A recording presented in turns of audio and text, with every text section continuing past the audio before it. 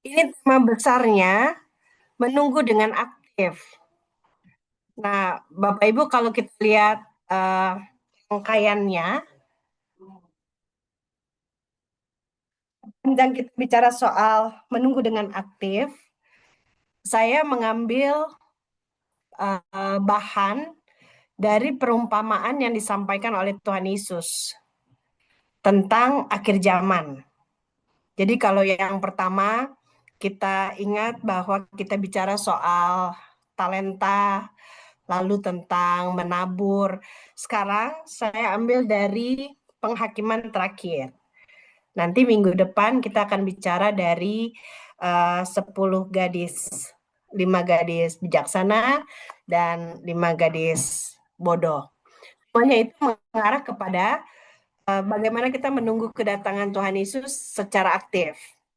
Nah, malam hari ini temanya pembaruan yang terus-menerus. Saya harus siapkan supaya tidak tumpang tindih dengan topik kita berapa minggu lalu yang berbicara tentang pembaruan juga, berangkat dari ajarannya Paulus, metamorfosis. Jadi ini memang judulnya sama, tapi perspektifnya berbeda. Kita lihat bagian ini. Kalau Bapak Ibu ada Alkitab di sampingnya, akan dibuka Matius 25 ayat 31 sebetulnya sampai 46, tapi yang dibahas pada bagian pertama ini 31 sampai 33. Saya pakai Alkitab terjemahan pertama. Penghakiman terakhir adalah judul yang diberikan oleh LAI. Apabila anak manusia datang dalam kemuliaannya dan semua malaikat bersama-sama dengan dia, maka ia akan bersemayam di atas tahta kemuliaannya. Semua bangsa akan dikumpulkan di hadapannya, dan ia akan memisahkan seorang dari yang lain, sama seperti gembala memisahkan domba dari kambing, dan ia akan menempatkan domba-domba di sebelah kanannya dan kambing-kambing di sebelah kirinya. Bapak Ibu, kalau kita melihat bagian ini saja, ini jelas bicara soal akhir zaman. Karena kedatangan anak manusia dikaitkan dengan akhir zaman. Yang menarik dari teks ini adalah Matius 25, walaupun kalau kita baca kelanjutannya dia mirip sekali dengan perumpamaan tentang akhir zaman, tapi sepertinya para teolog sepakat untuk mengatakan ini bukan perumpamaan, tapi lebih kepada ilustrasi. Ilustrasinya ada beberapa poin yang menekankan bahwa yang membuktikan bahwa ini ilustrasi. Pertama, ilustrasi yang kita baca ini tentang anak manusia, lalu tentang gembala memisahkan domba dari kambing, lalu nanti di ayat berikut ada tentang raja. Jadi ini boleh dibilang ilustrasi mengenai apa yang terjadi di akhir zaman pada penghakiman terakhir menurut versi Tuhan Yesus. Pertanyaannya begini, kalau kita baca apabila anak manusia datang dalam kemuliaannya, orang pasti akan berpikir ini tentang akhir zaman. Tapi yang menjadi pertanyaan para teolog, dari mana datangnya ide tentang akhir zaman ini? Khususnya tentang kedatangan Yesus kembali. Apakah ketika bicara yang tadi, apabila anak manusia datang dalam kemuliaannya, apakah ini berarti Tuhan Yesus berbicara tentang kedatangan dirinya yang kedua kali? Nah, ini pertanyaan yang cukup menggelitik. Apakah Yesus bicara tentang kedatangan dirinya yang kedua kali? Lalu pertanyaan ini dibahas oleh Marcus Borg dalam bukunya The Meaning of Jesus. Ini bukunya tidak terlalu padat, jadi bacanya juga santai.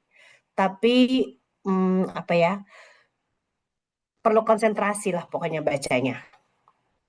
Nah, di dalam buku ini, Marcus Borg menjelaskan bahwa munculnya gagasan tentang the second coming, kedatangan Yesus yang kedua, kedatangan Yesus kembali, itu bisa muncul dari setidaknya dari dua, kalau nggak salah tiga, tapi yang saya baca secara fokus itu dua. Pertama dari Yesus sendiri, lalu dari komunitas orang percaya pada saat itu. Kalau dalam buku Marcus Borg yang ini, The Meaning of Jesus, Bapak Ibu bisa download e-booknya gratis. Kalau mau berbayar juga ada, tapi saya download yang gratis.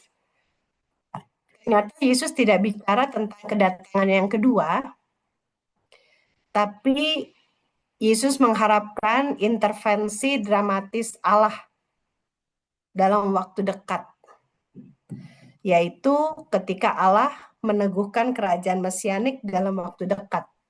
Jadi Yesus ternyata kalau menurut Marcus Borg, dia tidak bicara tentang kedatangannya yang kedua, tapi dia berharap akan ada campur tangan Allah yang dramatis dalam waktu dekat.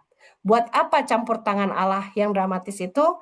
Untuk meneguhkan bahwa dialah Mesias, dialah Juru Selamat, kira-kira begitu. Kita lihat ya background-nya. Ini juga diambil dari buku Marcus Borg. Rupanya ini pemikirannya begini. Kedatangan Yesus yang kedua seringkali dikaitkan dengan hari akhir atau hari kiamat. Pada abad-abad pertama, orang Kristen mengharapkan kedatangan Kristus terjadi pada zaman mereka. Karena mereka masih dekat dengan peristiwa kenaikan Tuhan Yesus, di mana mereka mendengar bahwa Yesus yang mereka lihat naik akan kembali seperti cara dia naik. Jadi orang Kristen pertama mengharapkan kedatangan Kristus terjadi dalam waktu dekat, semasa mereka masih hidup. Tapi lucunya, kalau Bapak Ibu perhatikan, ini juga saya dibuat sadar oleh si Marcus Borg ini, para murid sendiri tidak benar-benar paham tentang maksud dan tujuan kedatangan Yesus yang pertama. Bagaimana mungkin mereka memahami kedatangan yang kedua? Maksudnya apa? Bapak Ibu ingat materi kita waktu Tuhan Yesus menampakkan diri kepada kedua murid dalam perjalanan ke Emmaus. Di situ Tuhan Yesus menguji, dalam tanda kutip ya, menguji pengetahuan mereka tentang siapa Yesus menurut mereka. Setidaknya siapa Yesus berdasarkan pengalaman mereka. Ternyata kalau Bapak Ibu ingat penjelasannya, dari 4 kelompok jawaban yang benar cuma satu, bahwa Yesus itu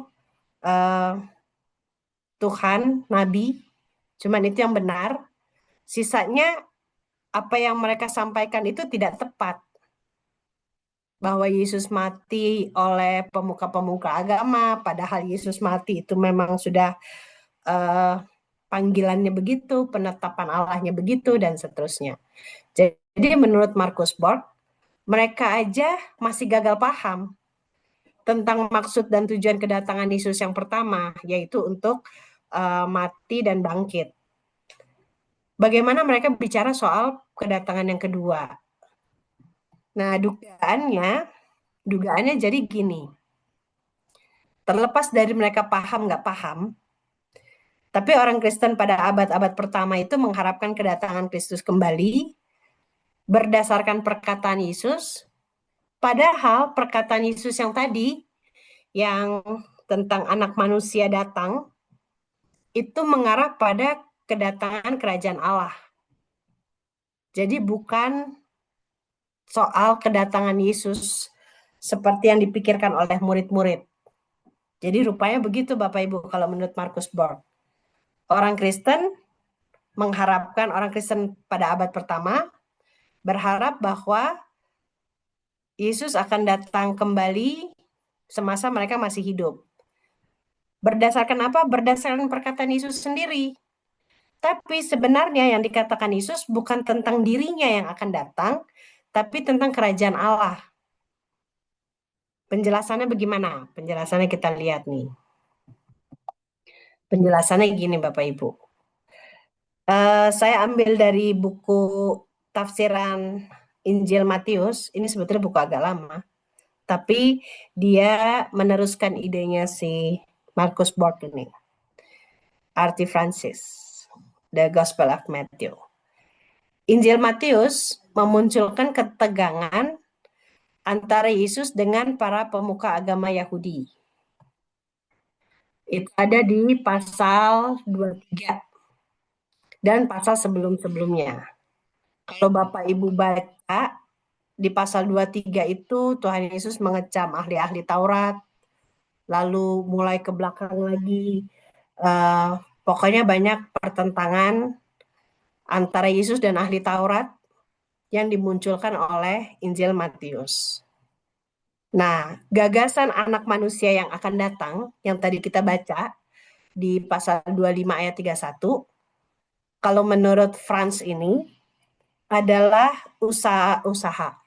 Cara Yesus meluruskan orientasi kepatuhan umat, bahwa umat itu bukan mengacu pada apa kata pemuka agama, tapi harusnya mengacu pada kehendak Allah. Jadi kalau di pasal 23 tentang Tuhan Yesus mengecam ahli-ahli Taurat dan kemudian ke belakang itu tentang di ayat berapa itu ya, perintah Allah dan adat istiadat Yahudi dan seterusnya, terlihat bahwa yang dipertentangkan Yesus itu bukan hukum Allahnya, tapi cara para petinggi agama membuat umat itu patuhnya ke mereka. Jadi otoritasnya itu ada di manusia, yaitu petinggi-petinggi agama, bukan kepada kehendak Allah itu sendiri.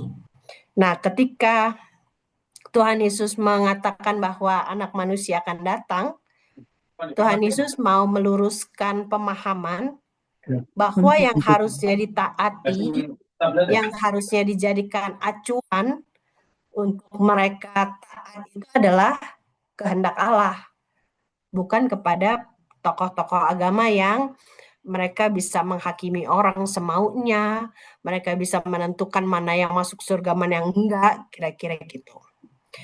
Nah, khusus di pasal 25 yang kita pakai sebagai bacaan kita ini, Tuhan Yesus bicara kepada murid-muridnya tentang bagaimana wujud kerajaan Allah, yaitu keadilan dan kesejahteraan sosial.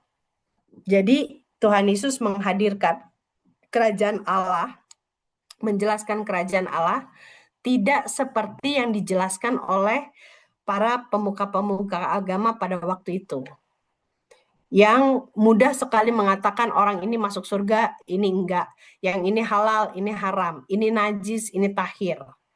Akhirnya orang melihat agama itu sebagai yang menghakimi tapi tidak menyelamatkan. Nah, di pasal 25 ini Tuhan Yesus bicara kepada murid-muridnya tentang wujud kerajaan Allah itu sebenarnya tentang keadilan dan kesejahteraan sosial, bukan sekedar mana dosa, mana enggak, mana tahir, mana najis, dan seterusnya.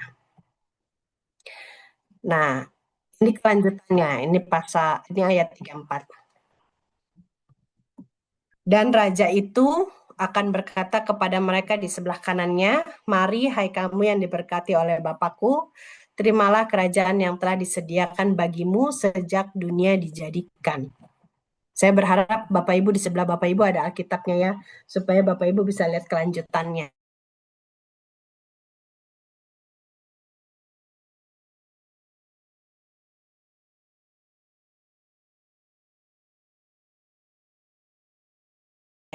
Ini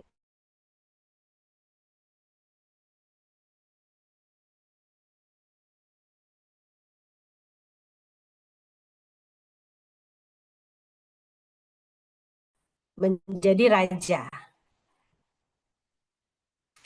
Kalau Bapak Ibu perhatikan Alkitabnya, kenapa juga ini saya berharap, kenapa juga nggak dilanjutin? Kalau memang awalnya di ayat 31, Tuhan Yesus berkata, apabila anak manusia datang dalam kemuliaannya, kenapa juga di ayat 34 tidak dilanjutkan aja? Dan anak manusia itu akan berkata kan gitu. Itu kan akan membuat kita lebih mudah atau memahaminya. Tapi rupanya penjelasan ayat 34, menguatkan gagasan tentang kerajaan Allah yang diberitakan Yesus sebagai yang sudah datang, di mana ia akan dinyatakan sebagai rajanya. Ini yang tadi di slide keberapa itu? Di slide ketiga, yang disampaikan oleh Markus Borg bahwa Yesus itu berharap Allah akan meneguhkan, mengukuhkan kerajaan mesianik di mana Yesus bertahta sebagai rajanya. Di ayat 34, inilah yang terjadi. Ada peralihan dari anak manusia menjadi raja. Raja itu berkata, mari kamu yang diberkati, terimalah kerajaan yang telah disediakan bagimu. Nah, kita lihat teksnya. Teksnya kita lanjutkan di ayat 35 dan 36. Sebab ketika aku lapar, kamu memberi aku makan. Ketika aku haus, kamu memberi aku minum. Ketika aku seorang asing, kamu memberi aku tumpangan. Ketika aku telanjang, kamu memberi aku pakaian. Ketika aku sakit, kamu melawat aku. Ketika aku di dalam penjara, kamu mengunjungi aku. Ingat Bapak Ibu ya, tadi disampaikan bahwa Tuhan Yesus mau mengatakan kerajaan Allah itu bukan soal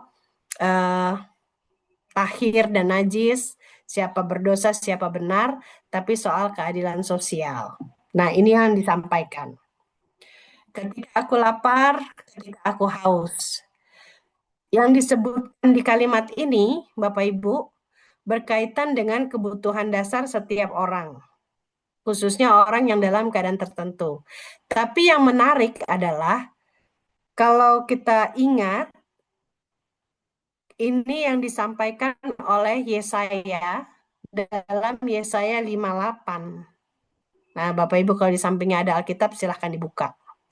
Jadi, jauh sebelum Yesus menyatakan ini, Nabi Yesaya, walaupun ini Trito Yesaya ya, Yesaya ketiga, sudah mengatakan bahwa yang dikehendaki adalah ketika, tunggu aku lihat, kita membuka, bukan berpuasa yang dikehendaki seperti itu, tapi nggak kebuka, sabar. Tapi ketika kita memecah-mecahkan roti bagi yang lapar, kalau nggak salah gitu. Nah, benar. Supaya engkau memecah-mecahkan rotimu bagi yang lapar dan membawa ke rumahmu orang yang miskin yang tak punya rumah. Apabila engkau melihat orang telanjang, supaya engkau memberi dia pakaian dan tidak menyembunyikan diri terhadap saudaramu sendiri. Ayat 10, apabila engkau menyerahkan kepada orang lapar apa yang kau inginkan sendiri dan memuaskan hati orang yang tertindas, maka terangmu akan terbit dalam gelap dan kegelapanmu akan seperti rembang tengah hari. Jadi apa yang dikatakan Tuhan Yesus ini, Bapak Ibu perhatikannya, apalagi disampaikan oleh Matius. Dia bukan berangkat dari bahasanya apa, out of nothing, tiba-tiba muncul, tapi ini semacam penggenapan lagi terhadap firman Tuhan yang sudah disampaikan oleh Nabi Yesaya tentang memberi makan orang lapar, memberi pakaian kepada yang tidak punya pakaian, memberi tumpangan, dan seterusnya. Nah, ketika aku lapar dan ketika aku haus, kelaparan dan kehausan adalah tentang keadilan ekonomi yang kadang sulit didapat oleh orang miskin. Buat orang menengah ke atas, mungkin untuk mendapat makanan dan minuman itu bukan hal yang perlu effort berlebihan. Tapi kalau orang miskin dalam kondisi yang ekstrim, Mereka harus berjuang sedemikian rupa hanya untuk mendapatkan kebutuhan dasar ini. Tapi ini kalau dikembangkan lebih lanjut, saya pernah sampaikan dalam dalam khotbah kalau nggak salah. Ketika orang lapar, perut itu bisa mengendalikan orang. Jadi tentang aku lapar dan aku haus, sebetulnya Yesus bicara soal keadilan ekonomi bagi orang miskin. Ketika aku sebagai orang asing, nah ini juga teologi yang lumayan mendasar ini Bapak Ibu. Ketika aku sebagai orang asing itu bicara soal keterasingan.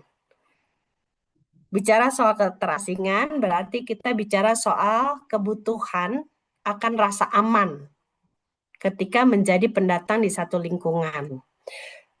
Kalau Bapak Ibu ingat cerita Abraham ke Mesir, saking takutnya istrinya dia papain, jadi dia suruh istrinya berbohong. Kalau ditanya jangan bilang kau istriku ya, kau bilang aja adikku.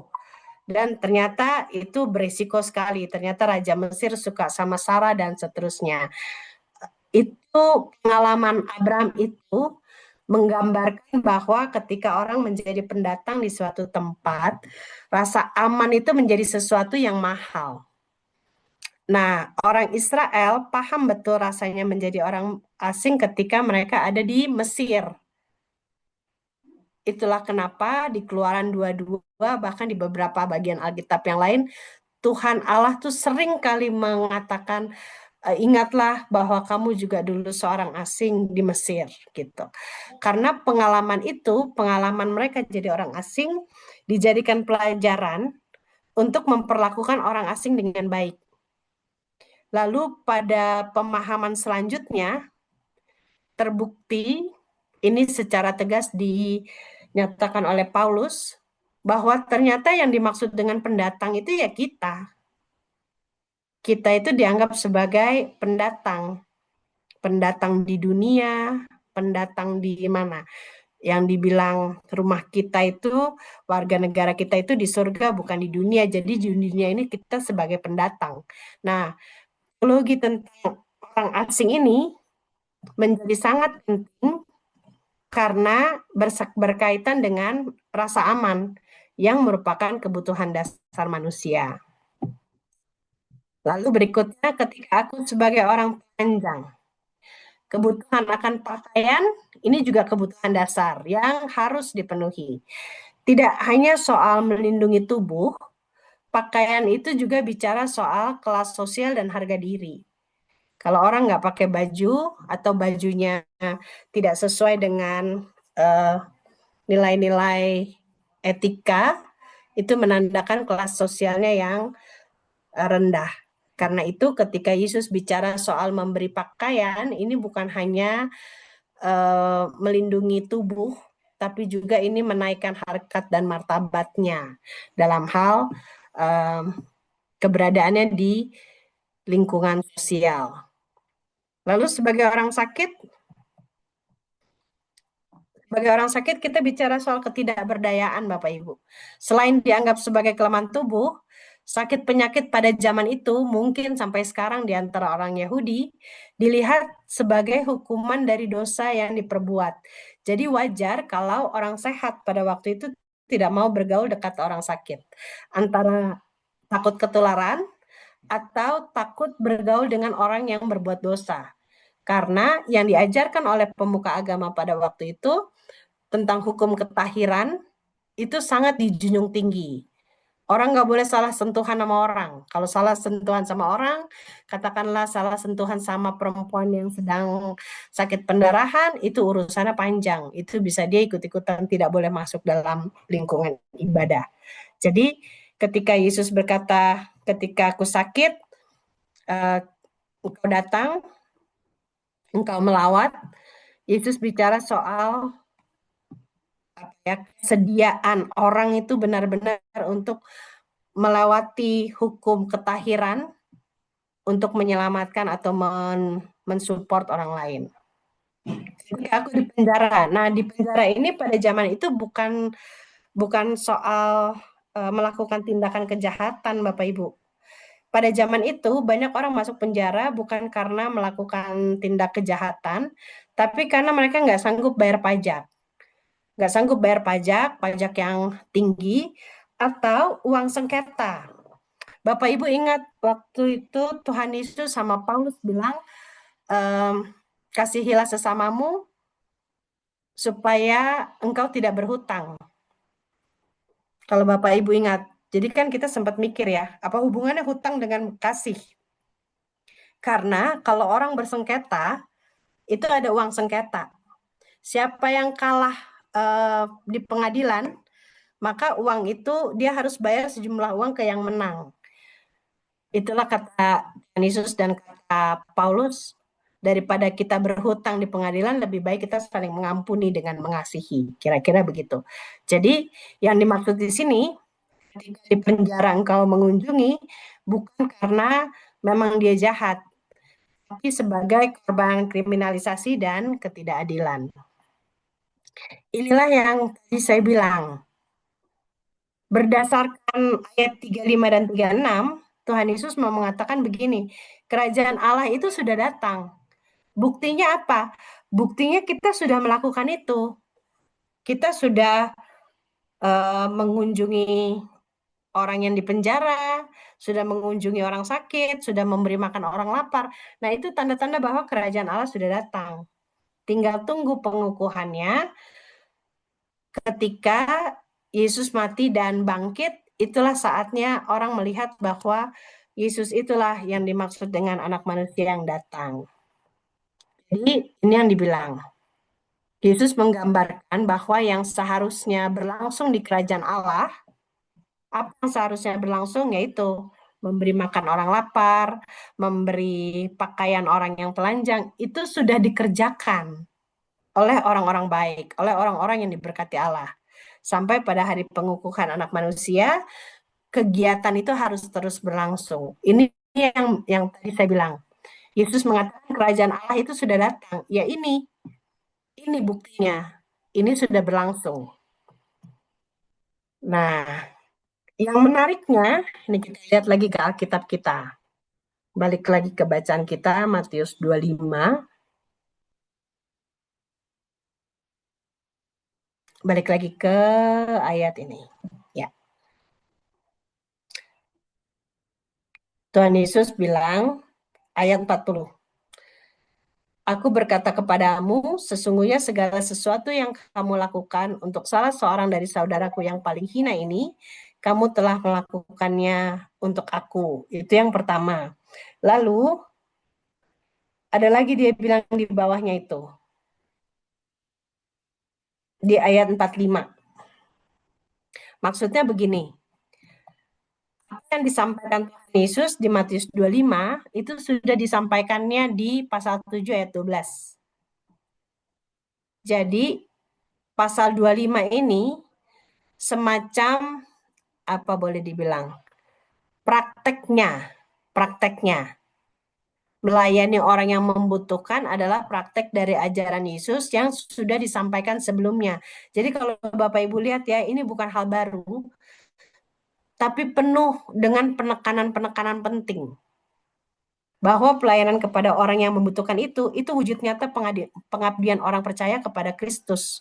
Jadi kalau benar-benar kita melayani Kristus, mengabdi kepada Kristus, wujudnya adalah melayani orang khususnya yang membutuhkan. Nah, akhir yang berbeda, bukan akhir dari presentasi ini, bukan. Akhir yang berbeda. Orang yang diberkati atau disebut orang benar pada ayat 46 akan memerintah bersama Yesus selamanya. Dia akan masuk dalam kerajaannya. Dia akan dapat hidup yang kekal. Itu ada di Wahyu 5 ayat 1. Bahwa mereka yang masuk dalam kerajaannya itu akan memerintah bersama Yesus selamanya. Kenapa begitu? Karena bahasa anak sekarang satu frekuensi. Orang-orang ini mengerti sekali apa yang diinginkan Tuhan Yesus. Kalau yang terkutuk ini yang masuk ke neraka. Ini bukan dunia orang mati lagi nih. Ini bukan Sheol tapi udah dunia neraka.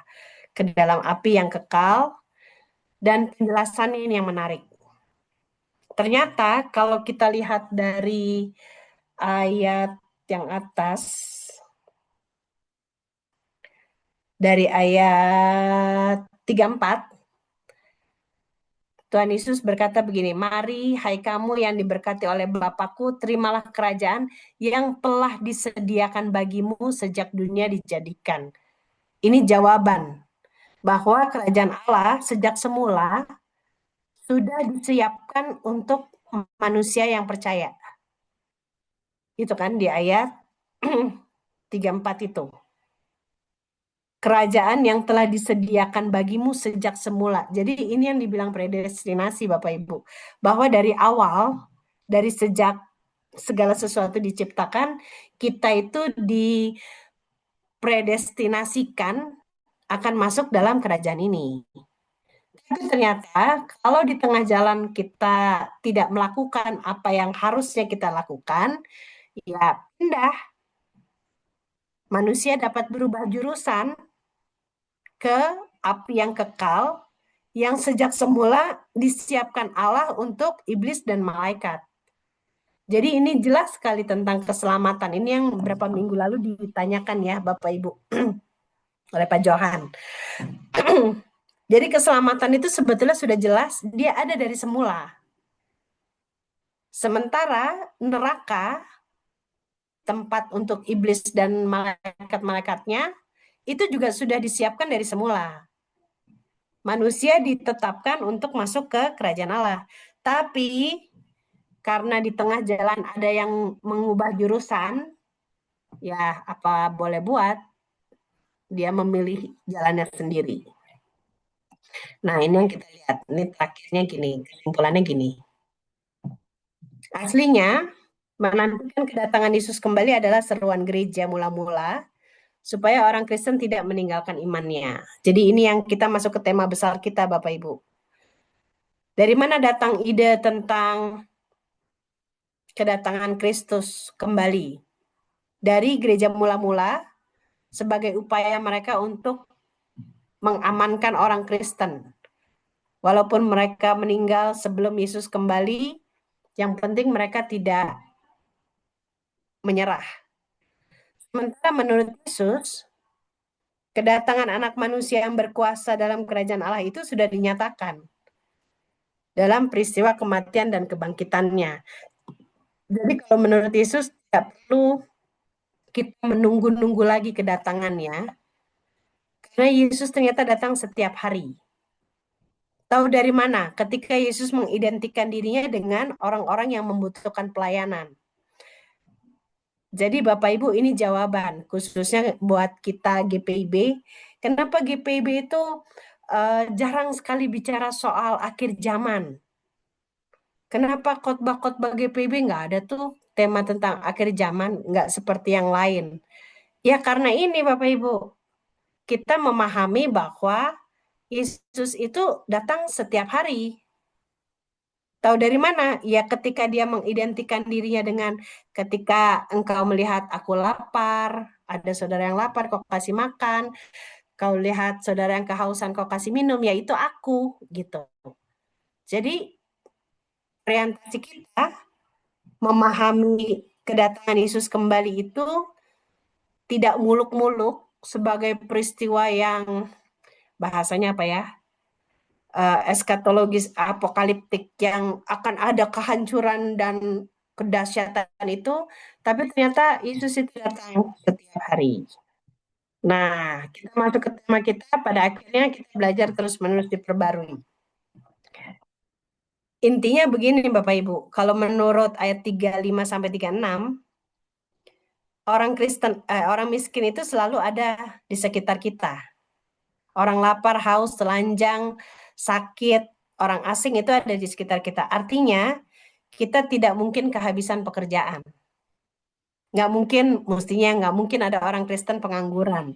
Karena Tuhan Yesus bilang, orang miskin selalu ada padamu. Ada aja orang yang membutuhkan di sekitar kita. Nah, untuk mengerjakan pekerjaan Kristus, tidak mungkin kita memakai cara yang sama terhadap orang dengan berbagai situasi, keadaan, pergumulan, dan kebutuhan. Nggak mungkin caranya sama. Nggak mungkin caranya para murid melayani orang-orang yang membutuhkan di abad pertama dengan kita melayani kebutuhan anak muda sekarang itu sama. Tidak, jangankan anak muda ya, Bapak Ibu aja kita mengalami kok. Kalau berapa tahun lalu, waktu saya masih kuliah lah paling enggak. Jemaat itu kalau dikunjungin pendeta tuh suka sekali, senang sekali. Apalagi kalau pendeta tiba-tiba datang gitu. Sekarang tuh berbeda Bapak Ibu. Kalau kita datang, ada jemaat yang tidak siap. Ada jemaat yang justru marah, yang merasa terganggu privasinya.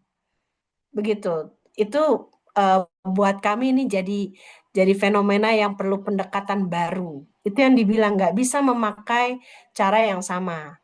Kalau zaman dulu mungkin cara menolongnya itu masih bersifat karitatif dengan memberi diakonia rutin.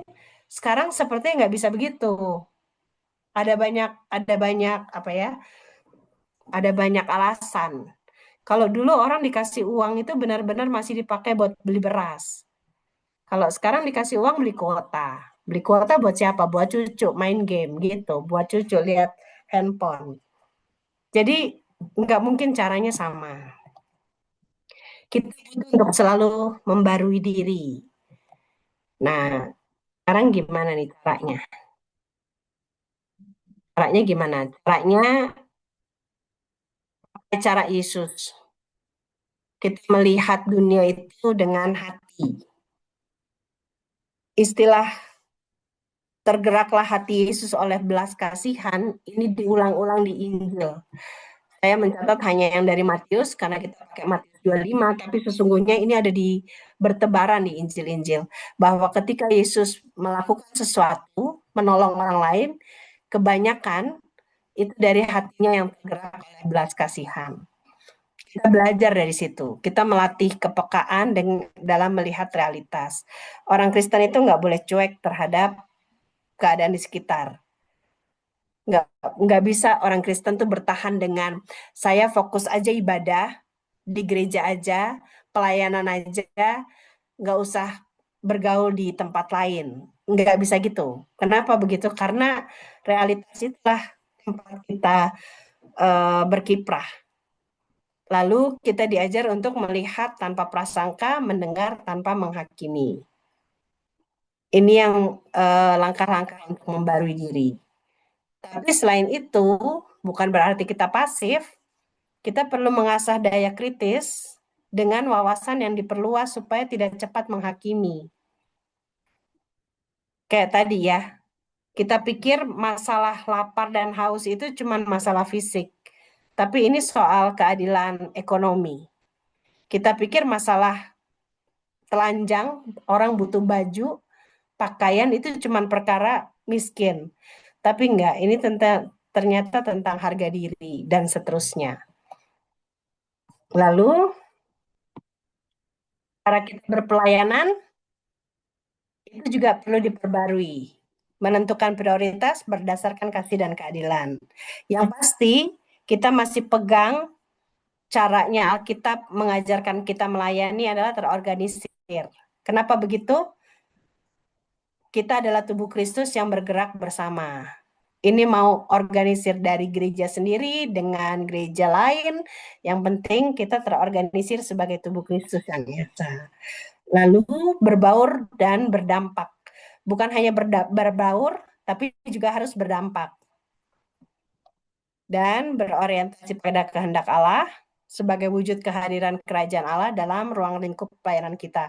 Kalau kita mengaku bahwa kita menyembah Allah yang berkuasa, artinya kitalah yang perlu menghadirkan, menyatakan bahwa Allah berkuasa di bidang hidup kita yang ini. Di bidang hidup kita di pekerjaan, di usaha dagang, di pergaulan. Nah ini terakhir. Terakhir ini sebetulnya refleksi Bapak Ibu.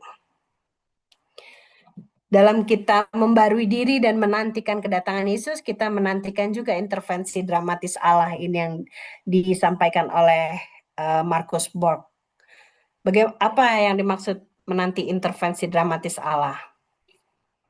Ketika kita melakukan pekerjaan-pekerjaan yang dilakukan Tuhan Yesus, nantikanlah bahwa Allah akan campur tangan secara dramatis untuk menyempurnakan. Kita modal niat baik, usaha yang maksimal, nanti hasil yang luar biasa itu adalah intervensi Allah. Ketika kita mempertaruhkan iman dan ketaatan sampai titik nyawa terakhir, nanti kita akan mengalami intervensi Allah yang dramatis. Itu terjadi pada Sadrak, Meshak, dan Abednego. Berikutnya terjadi pada Daniel. Mereka masuk dulu di perapian, tapi mereka tidak mati. Daniel masuk dulu di gua singa, tapi dia tidak terluka sedikit pun. Dan terakhir, intervensi dramatis Allah adalah ketika kita bertobat. Ketika kita bertobat, nanti kita akan lihat ada campur tangan Allah yang luar biasa. Sampai di sini dulu Bapak Ibu tentang menanti secara aktif dengan aktif berdasarkan Matius 25 ayat 31 sampai 46.